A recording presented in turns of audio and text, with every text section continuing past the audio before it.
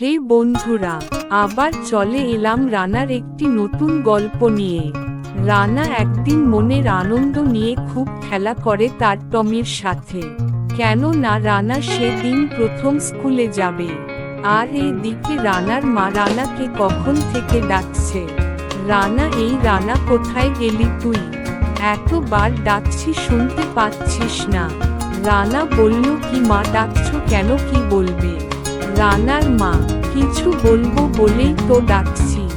শোন তো, আমাকে দোকান থেকে একটু চা পাতা আর বিস্কুট এনে দে তো বাবা।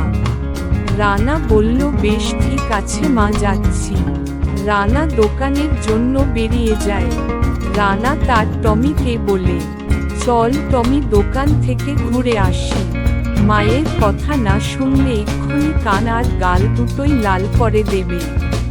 এই রে যা, মা কি আনতে বলেছিল? আমি তো ভুলেই গেছি। কি আনতে বলেছিল, কি আনতে বলেছিল? এই তো মনে পড়েছে।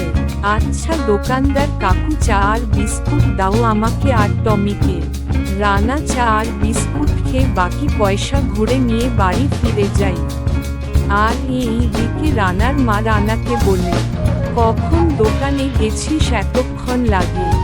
রানা তার মাকে বলে, মা দেরি তো হবেই, চাটা এত গরম ছিল, টমি তো খেতেই পারেনি। রানার মা, হাই ভগবান, চল তোকে তাড়াতাড়ি রেডি করে দি, স্কুলের সময় হয়ে যাচ্ছে। স্কুল ছুটির পরে রানার মা রানাকে আনতে যায়। আসার সময় মা বলে, আজ তো তোর স্কুলের প্রথম দিন ছিল, কেমন কাটলো? স্কুল দুষ্টুমি করিসনি তো? রানা বলল, না না মা, স্কুলে তো আমার মতো ভালো ছেলে একটাও নেই।